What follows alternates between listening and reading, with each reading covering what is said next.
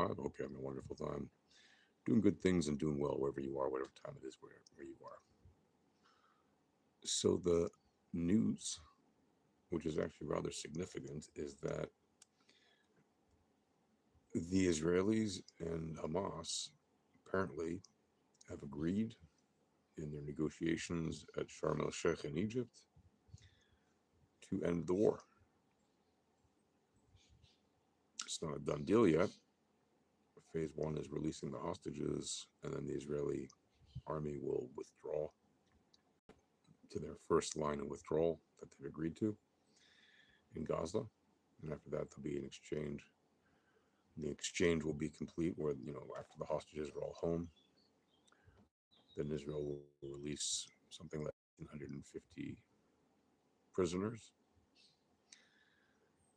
The thing is, for now, what they've agreed to is to release, the Hamas has agreed to release all of the living hostages and all of the dead hostages that they know their whereabouts. Apparently, some of them will not be coming home because they say they don't know their whereabouts because of having been in Gaza in not normal situations and circumstances, and God knows what happened to apparently their bodies. They could be under rubble, they could be who knows what, something bad. But apparently, at least all of the living hostages will come home, and all of the dead hostages that they know where they are. Um, you shouldn't get too excited yet. It is exciting in the sense of, yes, we're hopeful. I'm very grateful that this deal could be reached, but it's not done yet. The ink isn't dry on the paper. There's still hours and a few days to go until they're all supposed to be home. Apparently, they're all supposed to be home by like Sunday or Monday. If that happens, it would be the first major indication that this war is actually ending. And that would be amazing, that the war would end. 2 years of completely unnecessary devastation and death and destruction would end. Um, and when I say completely unnecessary, I mean Hamas never needed to launch this war, but they did anyway. They made a bad calculation, and they ended up paying a big price for it, as of course did Israel for having all those victims on October 7th and losing many soldiers and people in the 2 years since as a result of the war with Hamas and the other 6 fronts that Israel had to fight during that time. And by the way, is still fighting. The war with the Houthis has not ended. The war with Iran has not ended. The war with Hezbollah has not ended. Right? ISIS still wants to cause problems in Israel. Right? They're going to probably still try to fire rockets at us every now and then from Syria, Jordan, Iraq, wherever they can fire from. So Israel is still very much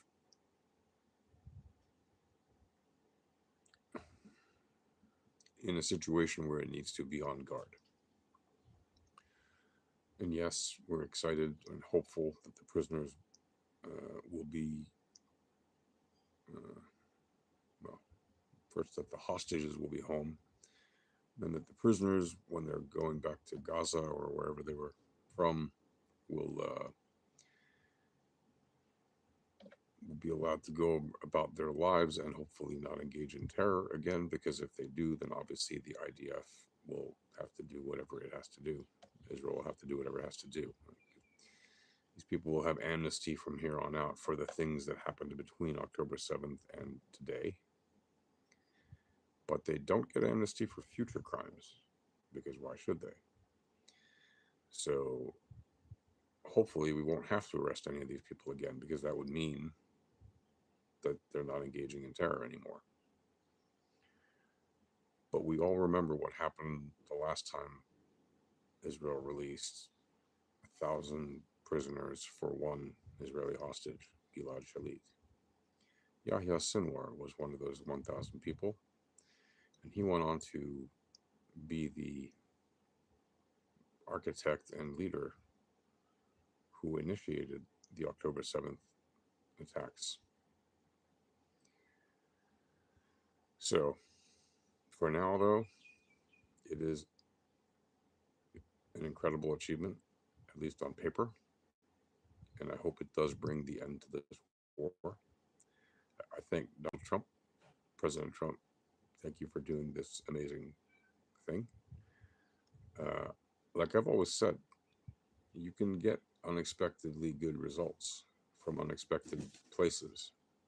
It's very possible that people you don't think are qualified, they don't have the right credentials, they haven't spent the right amount of years and decades doing the thing, the normal sort of career ladder climbing thing in an industry like politics or whatever, and it is an industry.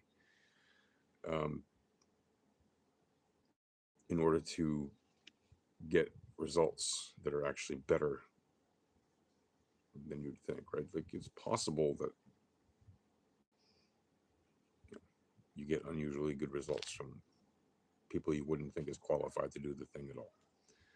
I've always said that, not just about Trump, but about anybody and anything, right? Like there's always a possibility that you're going to have the people who seem the least qualified end up performing the best. These things happen.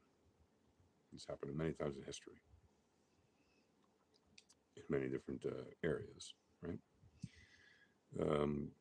And I actually think, Prime Minister Netanyahu for being agreeable to this deal and for agreeing to end the war. And you can say it's for political reasons that they're both doing this, whatever. Who cares? If the hostages get home and the war ends, like the Hamas stops fighting against us and we stop fighting against them and people stop dying and they leave power as agreed in the document and they give up their guns as agreed in the document, that is a massive political as well as kinetic victory for Israel, which is strategically important for the long-term success of Israel and for its neighbors if they want to live in peace and prosperity next to Israel. Not just for Israel, right? Israel wants to live in peace and prosperity next to a neighbor that wants to live in peace and prosperity next to it. And I know there's people who don't agree on one state or two states or three states or four states or five states or a million states. Not everybody thinks there should be a one-state solution. Not everybody thinks there should be a two-state solution. Some people say, seriously, 3 states, 4 states, 5 states. I've heard actually intellectual conversations about that by people who actually know this topic. Maybe they haven't spent as many years studying it and working in things related to it as I have, but they still know the topic very well. And I've had those interesting conversations as well, where you could have up to 5 states in a certain way to permanently end this conflict, but that's not the point. The point is that at the moment, after 2 years of this war, it seems like there's a ray of hope with the agreement in place that this first step could, in fact, help bring all the hostages home, help stop the fighting, and ultimately bring an end to the war officially and begin the process for Israel and for Gaza of dealing with all of the aftermath. A lot of it is very sad aftermath, but after that, beginning to rebuild and move forward on the things that can be moved forward about. Anyway, So again, I don't want to give false hopes to anybody. Like if you read the news and stuff and it says they've agreed to a deal, yeah, they've agreed to a deal. It still has to happen. There's a lot of stuff happening in Israel and Gaza right now. Israel's in the middle of a holiday. Days of the holiday. Sukkot is like a 10-day long holiday. And the first couple days, or the first day, is like an official holiday. No, most people don't work, and the last day also. But the 8 days in between, people do work. But it's like they sort of work. They don't all work full time. So there's a lot of that vibe happening, and the government people who are working on this deal, obviously they're going to work around the clock to do whatever they have to do. Um, but there's like the holiday thing happening, like the working holiday, and then tomorrow's Friday, so that leads into Shabbat. So very often on Friday, a lot of people don't work, or they have work, only in the mornings or whatever. And then you got Shabbat weekend until Sunday. Sunday morning, people get back to work, and all of a sudden it's like they're going to be freed on Sunday, or by the latest Monday, reportedly. And President Trump said in a phone call that he made with some people that he was talking to on the phone with. It's like there's a video of it going around,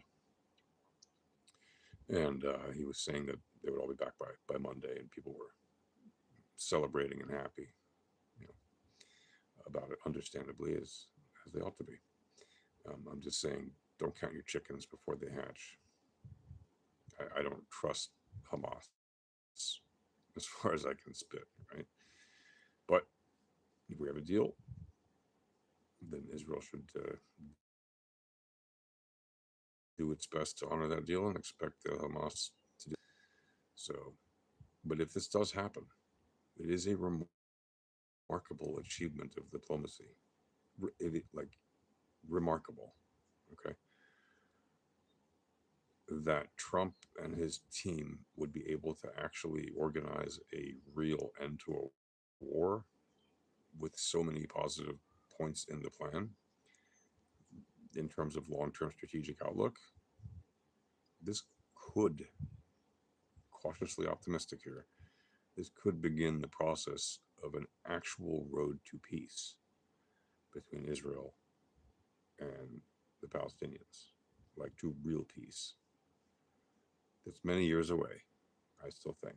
I don't think that's going to happen overnight, but this could lead that process. This could, maybe it's not many years away. Maybe it'll happen quickly. Who knows? But you know, I don't expect it to happen anytime soon. But this could be a critical foundation platform for ending the long-standing conflict between Israel and the Arab neighbors that are still at war with it, Palestinians and whoever. We could certainly see, if this war ends within a few months, maybe a year,